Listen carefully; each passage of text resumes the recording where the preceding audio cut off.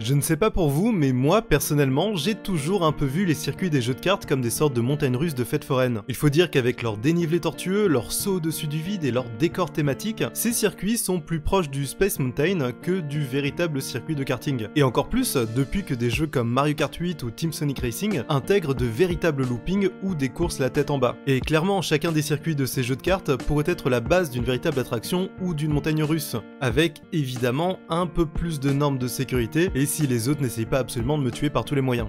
Mais en rejoignant à ce remake de Crash Team Racing, je me suis rendu compte que celui-ci en particulier allait encore plus loin. Je me suis rendu compte qu'il était construit de la même façon que Disneyland. En fait, ça m'a frappé quand j'ai refait le circuit des mines dragons. Dès le premier virage, j'ai eu l'impression de me retrouver dans cette attraction où l'on est dans un univers de pirates. Et à mesure qu'on avance, on voit ces animatronics faire des petites scènes en boucle, tantôt en train de piller un village, tantôt en train d'aborder un navire. Il y a une histoire qui est racontée au travers des décors, des lumières et des mannequins. Et dans ce circuit, dans ce remaster, c'est exactement la même chose. On démarre la course au sommet de la mine, avec tout cet or qui a été extrait qu'on peut voir à côté de la ligne de départ. Et quand la course démarre, dès la première descente, on voit un mineur en train de piocher sur un bout de mur. On continue d'avancer et on voit ce dragon endormi sur son tas d'or. Et plus loin dans la course, on aperçoit les rouages et les wagons de la mine qui se déplacent, juste avant qu'on ne remonte à la surface pour un deuxième tour.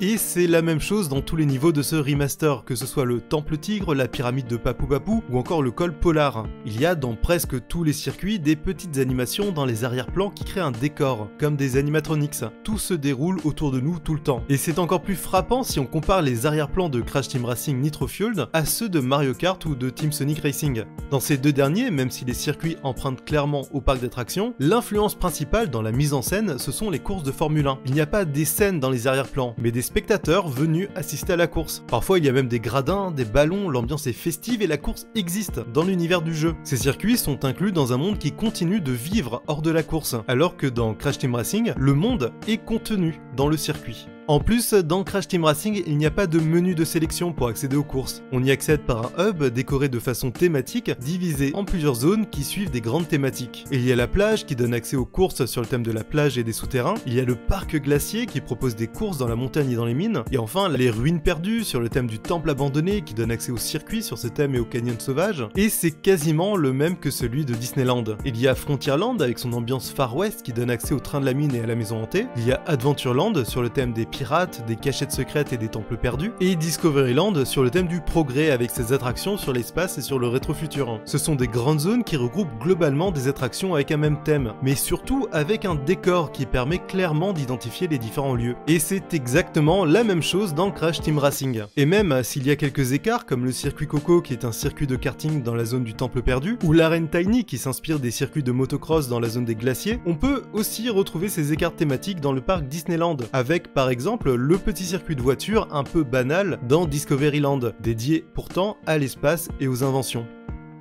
Et évidemment, comme dans tout bon parc d'attractions, il y a une boutique, le Pit Stop, où on peut acheter de nouvelles décorations pour son kart et de nouveaux costumes pour ses personnages. Et de la même façon qu'on achète ses peluches Mickey déguisées en Buzz l'éclair uniquement dans les boutiques du parc, les produits dérivés de la boutique sont des skins de nos personnages favoris dans des costumes inspirés des différents jeux et de l'univers de Crash Bandicoot, alors qu'on ne gagne qu'un swap color si on ne passe pas par le shop, évidemment.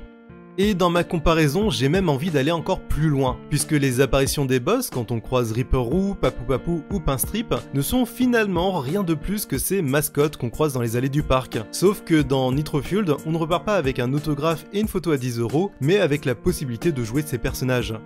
Et pour finir, que serait Disneyland sans le parc Walt Disney Studios? Mais comme on ne prend pas les mêmes attractions dans les deux parcs, on ne joue pas au circuit de Nitro Kart dans les mêmes lieux que les circuits de Crash Team Racing. Les deux sont bien séparés dans des modes de jeu différents. Et puis, un peu comme pour les parcs Disneyland, on vient surtout pour le premier, d'autant plus que le second n'a clairement pas la même magie ni le même souci du détail. Même si, au final, il faut le dire, on s'y amuse quand même très bien. Dans les années 90, Crash Bandicoot a bien failli avoir une attraction au parc Universal Studios. Il y a même eu jusqu'en 2013 Crash Bandicoot qui se baladait dans les allées du parc aux côtés de Fievel et de Woody Woodpecker. Et même si le projet n'a malheureusement jamais vu le jour, j'ai envie de croire que si cette attraction avait existé, elle aurait ressemblé à un des circuits que nous parcourons dans ce Crash Team Racing.